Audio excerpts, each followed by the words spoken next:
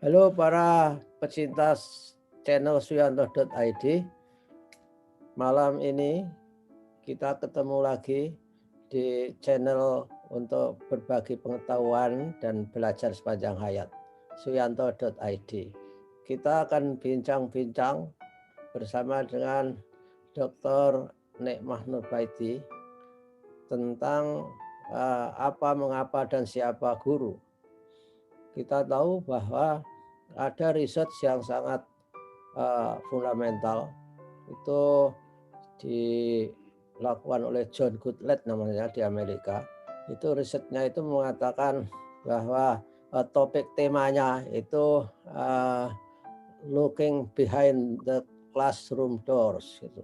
Jadi begitu pintu-pintu sekolah itu ditutup, gurulah yang akan menentukan mau kemana, jadi apa, nasibnya seperti apa siswa itu. Nah, kita akan bicara itu dengan Dr. Nikmah Nurbaiti. Halo, Assalamualaikum Bu Nikmah. Waalaikumsalam Prof Yanto. Ya, Sugeng Dalu. Sugeng Dalu, dan insya Allah harus selalu sehat Bu ya. Alhamdulillah sehat. Prof juga semoga selalu sehat. Ya, amin. Ya, saya sehat dan saya bawa peci karena saya gundul rambut saya karena nggak berani potong rambut di luar.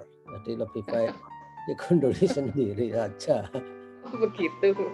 Iya, jadi Bu, ini kan dalam proses pendidikan komponen guru adalah sangat penting. Guru itu harus apa saja, berperforma seperti apa Bu, menurut Bu Nikmah? Baik Prof. Mungkin untuk menjadi guru yang sangat bagus, sering dikatakan sebagai guru profesional, guru yang keren, guru yang sangat menginspirasi siswa-siswanya. Menurut kita itu harus memiliki kompetensi guru atau melaksanakan, menguasai kompetensi guru, yaitu dari kompetensi pedagogi, kompetensi profesional, kepribadian, dan sosial. Kalau guru menguasai 4 kompetensi ini saja dengan detail di dalamnya, saya kira akan menjadi guru yang sangat hebat. Ya, saya kira itu normatifnya begitu ya. Tapi bagaimana supaya 4 kompetensi itu bisa dikuasai? Kan saya kira zaman sekarang ini berkembang luar biasa.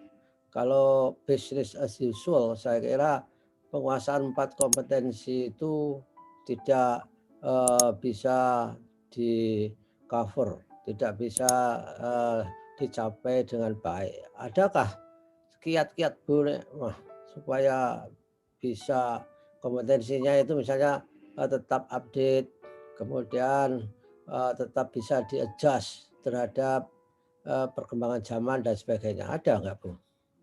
Nah, baik Prof. Jadi 4 kompetensi itu sebetulnya memang sudah didesain sangat bagus, hanya kadang-kadang mungkin mencapainya, melaksanakannya, atau mengupayakannya. Mungkin barangkali ada sebagian guru yang biasa, ada yang lebih, ada yang maksimal sekali, dan ada yang lebih dari itu.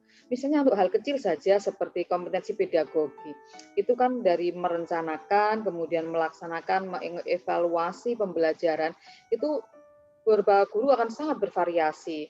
Diambil saja salah satu contoh, misalnya hanya merencanakan pembelajaran gitu ya Prof. Ini sederhana, hanya merencanakan pembelajaran. Kalau dilihat hanya tulisannya, surface-nya itu mungkin hanya menyusun RPP lah dari silabus, kemudian protap, promes, kemudian analisis KIKD, menyusun RPP. Nampaknya biasa, tapi menyusun RPP, satu guru dengan guru yang lain akan sangat berbeda Prof. Ya. Ada yang maaf, hanya mungkin copy paste, jadi mengambil dari sumber internet, bahkan kadang mungkin nama kepala sekolahnya masih lupa, belum diganti, begitu. Atau kadang tanggalnya, tahunnya mungkin belum diganti, atau betul-betul hanya copy paste saja dari internet yang kemudian sudah beredar banyak sekali model RPP-nya. Padahal RPP yang bagus kan harusnya guru itu bisa betul-betul memilih model pembelajaran terbaik di kelasnya. Oh, kelas saya itu menurutnya begini, maka model pembelajaran yang terbaik yang harus saya laksanakan di kelas ini. Jadi even dalam satu hal seperti menyusun perangkat pembelajaran saja, guru itu sudah sangat berbeda.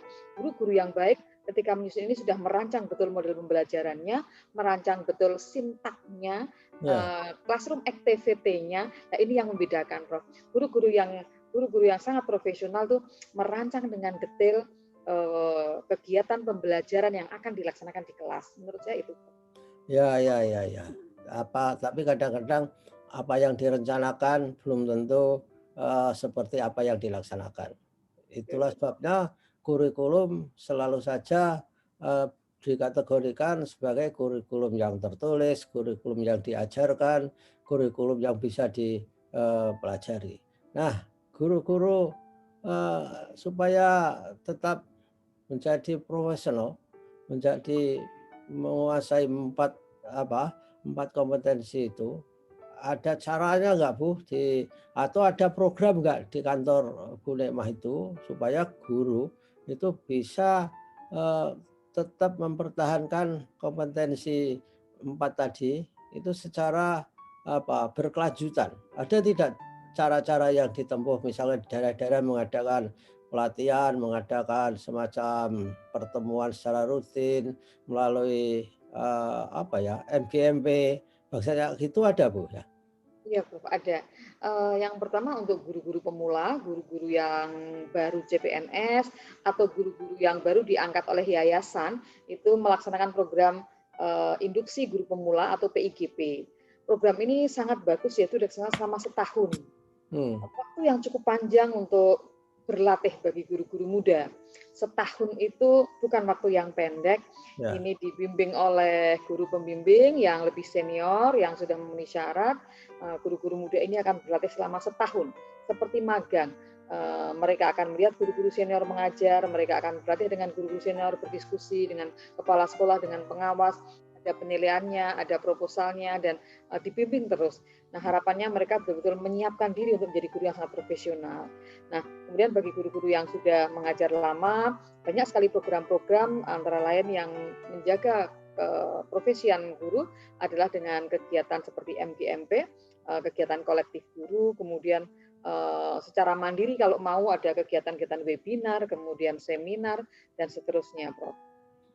MGMP itu gimana cara memberdayakan, Bu? Saya sering berbicara dengan guru, katanya MGMP itu kurang terberdayakan karena tidak semua kepala sekolah itu aware terhadap betapa pentingnya MGMP. Sehingga tidak memberdayakan dalam arti tidak memfasilitasi sekolah itu. Sehingga MGMP itu hanya menyisakan waktu minggu, kalau mengadakan kegiatan minggu itu pada enggak konsentrasi karena itu Hari sebetulnya keluarga. itu adalah hari-hari untuk keluarga, tapi biasanya digunakan MGMP sehingga kadang-kadang nggak produktif.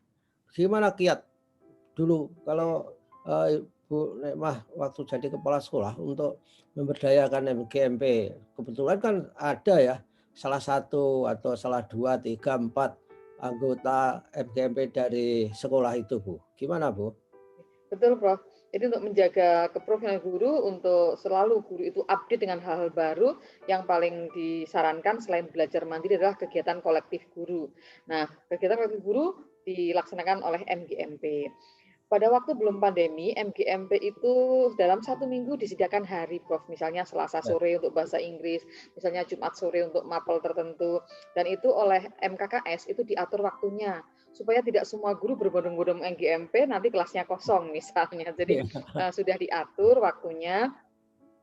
Hanya ketika beban mengajar terlalu banyak, kadang-kadang memang tidak semudah itu juga. Kalau gurunya agak banyak, agak mudah untuk mengatur kegiatan MGMP. Sehingga kepala sekolah mendukung sekali guru-gurunya untuk mengikuti kegiatan MGMP. Nah, saat ini ketika pandemi, maka kegiatan MGMP harusnya bisa dilaksanakan dengan MGMP online minimal, beberapa kali bertemu, kemudian yang lain dilaksanakan dengan online. Hanya sebagian juga beralasan karena pandemi sehingga kegiatan MGMP tidak terlalu aktif. Tetapi dengan MGMP itulah sebetulnya guru-guru bisa mengembangkan diri bersama-sama secara kolektif. Secara umum berjalan bagus, Prof. Hanya selama pandemi ada juga yang kemudian agak kurang aktif karena dengan alasan tidak tatap muka. Begitu, Prof. Oh, jadi MGMP juga ya, seperti siswa juga alasannya. Enggak tatap muka. Jadi senang tatap muka. Karena siswa itu rata-rata kalau saya tanya, baik yang barusan kita wawancara yang di Inggris, siswa Inggris, anak Indonesia sekolah di Inggris sama alasannya. Kamu senang daring kalau belajar atau senang tatap muka? Kata, well senang tatap muka. Kenapa? Karena bisa ketemu teman, punya fun. Gitu. Jadi Iya. MGMP juga begitu mungkin. Guru itu kalau ketemu secara tatap muka itu bisa seru lah gitu. Iya. Sehingga lebih mantap apa ketika mereka pertemuan itu lebih bergairah gitu. Iya, iya. Nah, kemudian ketika MGMP kumpul dan mereka memberdayakan diri ya secara online sekarang. Apakah guru juga concern terhadap penelitian tindakan kelas, Bu? Karena kan penelitian tindakan kelas itu kabarnya kan setelah 3B itu setiap guru harus punya itu. Itu apa bisa berjalan nggak itu, Bu? Yang saya dengar yang di guru di level tertentu PTK pendidikan penelitian tindakan kelas itu tidak jalan sehingga yang jalan itu maaf ya ada joki-jokinya. Ini mungkin ya tidak semua tapi ada. Itu pernah dengar itu nggak Bu? Bu Lema itu? Ya, Prof, pernah dengar, hanya sejauh ini nampaknya sih teman-teman masih menyusun sendiri, hanya kadang-kadang masih agak sulit untuk bagaimana menulis PTK dengan benar. Ya, ya. Atau kadang-kadang mereka begini, Prof, ngajarnya bagus sekali, hanya tadi yang saya awal mengatakan tidak relate, do not understand model apa itu yang digunakan. Bu, saya ngajarnya ini bagus banget, hasilnya bagus banget. Modelnya apa, Pak? Wah, saya nggak tahu nama modelnya. Pokoknya siswanya saya suruh begini, kemudian hasilnya bagus. Nah, ini mungkin pentingnya guru-guru juga di dalam kompetensi guru, salah satunya pedagogi itu harus menguasai teori pembelajaran, menguasai Ya. model-model pembelajaran dari pendekatan, strategi, teknik, taktik, model pembelajaran itu harus dikuasai. Nah, hanya guru-guru pembelajar sejati yang menggabungkan antara teori-teori dengan praktek. Nah, menulis PTK, rata-rata kesulitan guru adalah begini, Bu, saya ngajarnya bagus, nilainya bagus, tapi kalau nulis itu sulit, gitu, sehingga kan ngajarnya bagus, Pak, apa yang Bapak sampaikan di kelas itu yang ditulis gitu. Beda, bukan perlu teori, perlu landasan teori begitu. Jadi namanya guru-guru lebih dikuatkan lagi untuk mampu menulis, menerjemahkan apa yang ada di pikiran yang dilaksanakan tiap hari menjadi sebuah karya ilmiah. Itu nampaknya tantangan tersendiri, Prof. Dan dulu guru-guru itu mandek berhenti itu di 4A ketika waktu itu hanya 4A ke 4B yang harus menulis. Nah, peraturan baru kan 3B ke 3C sudah harus menulis walaupun belum penelitian, 3C ke 3D, kemudian mulai penelitian 3D ke 4A. Nah, ini agak butuh waktu lama dan beberapa Ya. teman masih di level itu, begitu. Ya, ya, ya, ya. Kalau itu diwajibkan, wah itu jadi bottleneck itu saya kira ya, bagi guru untuk naik pangkat dan tidak semuanya bisa memenuhi dan ada juga yang sudah mungkin ada guru juga saya dengar yang ya sudahlah nggak naik nggak apa-apa. Yang penting ajar baik mungkin ada yang mengatakan seperti itu. Karena ketika kita mengajari orang untuk melakukan classroom action research itu adalah gunanya kan untuk apa refleksi, kemudian memberdayakan dirinya walaupun ngajarnya sudah baik, tapi meskipun ngajarnya baik pastinya kan juga ada masalah di dalam kelas itu ya. Ada nggak Bu kegiatan yang untuk pelatihan menulis yang dilakukan oleh dinas atau kantor cabang Ibu itu ada nggak itu? Baik, Prof. Secara bersama-sama pelatihan-pelatihan itu biasanya diinisiasi oleh organisasi guru, Prof. Kan guru memiliki Oke. organisasi-organisasi, kemudian mereka melakukan pelatihan-pelatihan.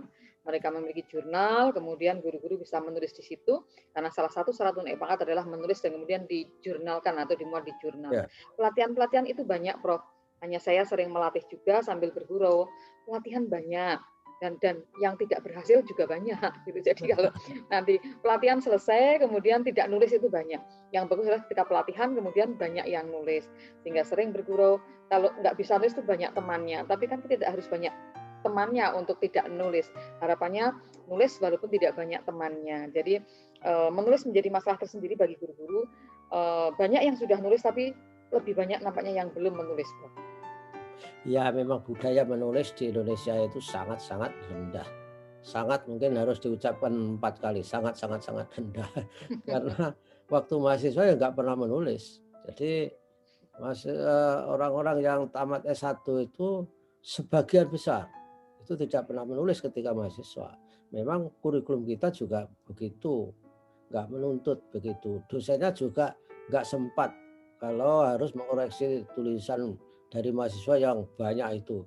Kalau beda kan, kalau waktu saya ngambil mata kuliah di Amerika itu paling maksimal itu ya 10 SKS. Nah, di sini ini mahasiswa ngambilnya 24 SKS, tapi belajarnya itu tidak jelas.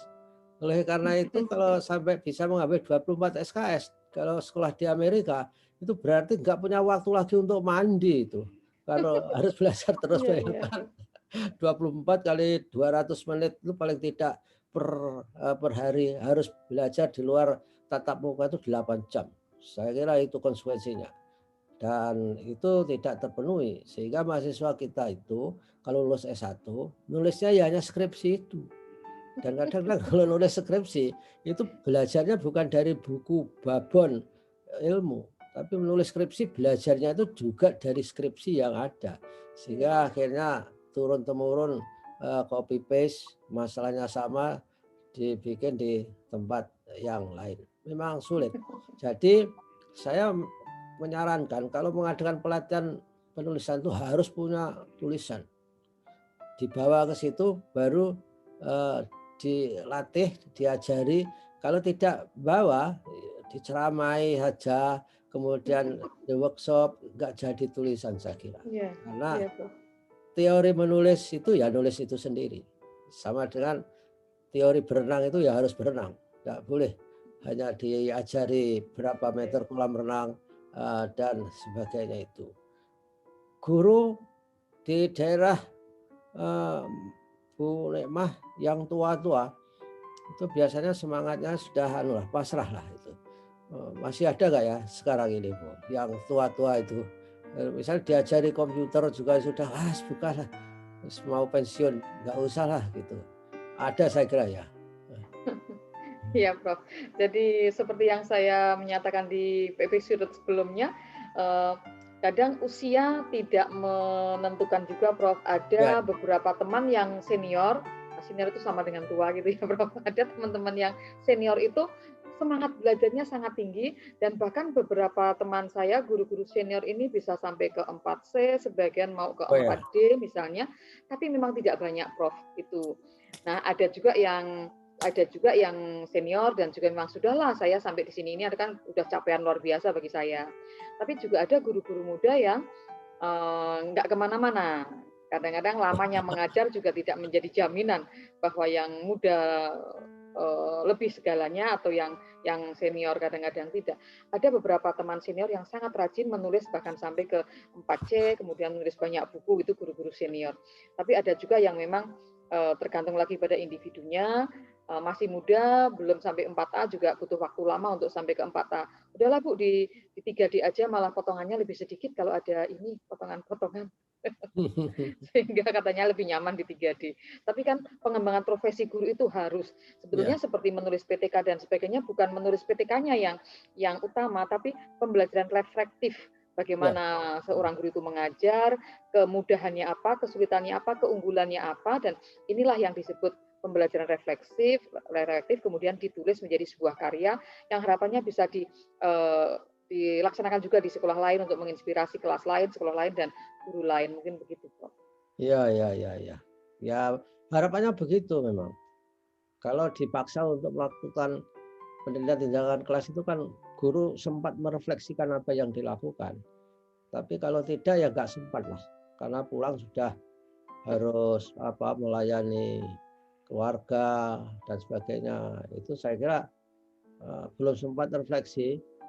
Ya mungkin di dalam kelas punya niat refleksi diri, punya reflective thinking.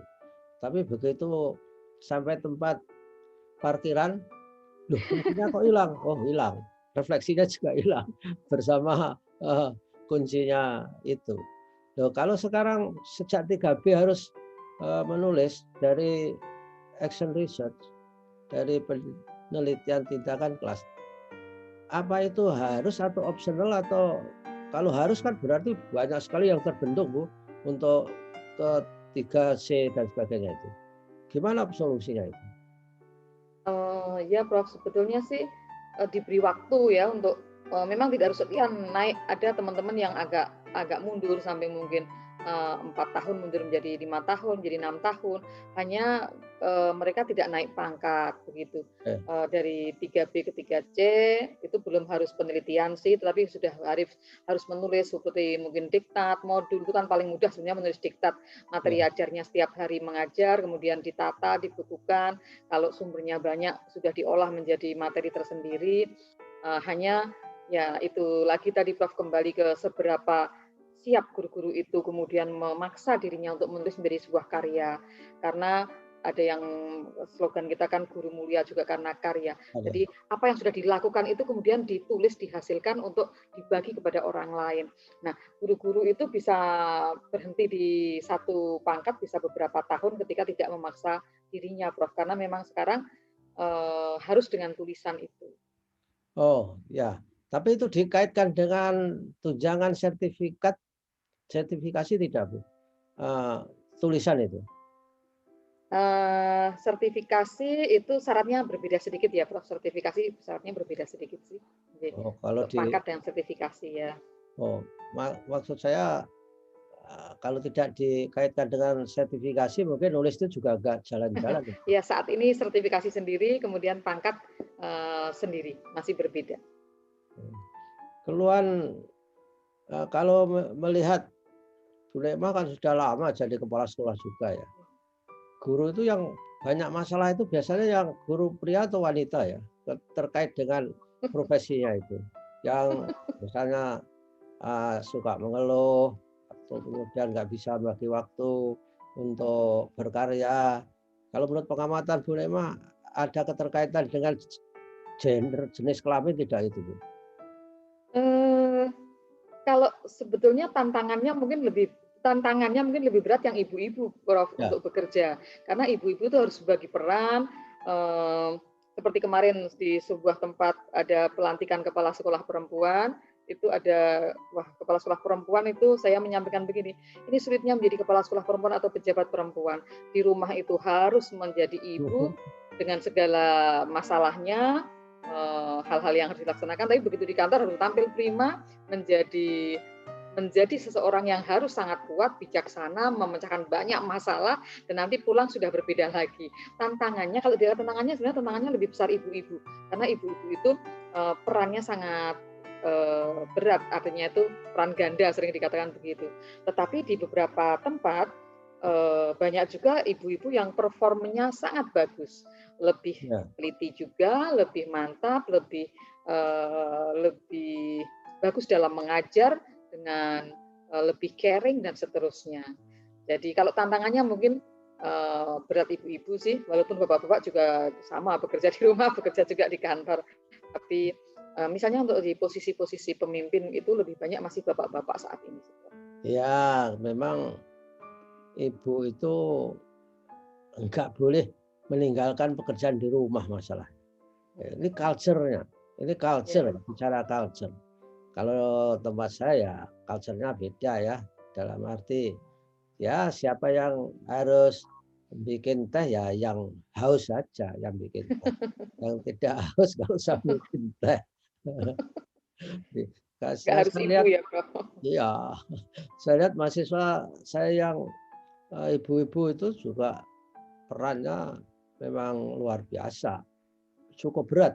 Kalau wanita kemudian sekolah sambil bekerja itu masih mengurus anak dan sebagainya. Tapi kalau laki-laki, bapaknya itu kalau sekolah ya sekolah saja, nggak peduli rumah seperti apa. Kelihatannya begitu. Ini in general, walaupun mungkin ada case tertentu yang tidak seperti itu. Mungkin guru itu perlu juga bicara dengan suatu ketika dengan orang tua, Bu ya, supaya tahu gimana sebetulnya aspirasi orang tua. Tapi di sini anu ya, jarang ya bisa terjadi gitu, Bu. Misalkan ada komunikasi dengan orang tua gitu. Jarang kan, Bu? Itu. Eh, Agak jarang, Prof. Diinisiasi oleh pemerintah dengan program Bindikal Pendidikan Keluarga. Waktu itu piloting beberapa sekolah.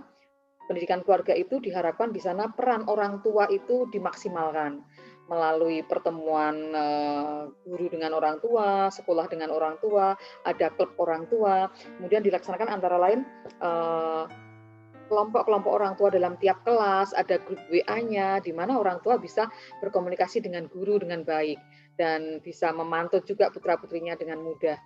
Itu diinisiasi oleh pemerintah, hanya pelaksanaannya mungkin tidak sebagus atau sejalan yang dilaksanakan.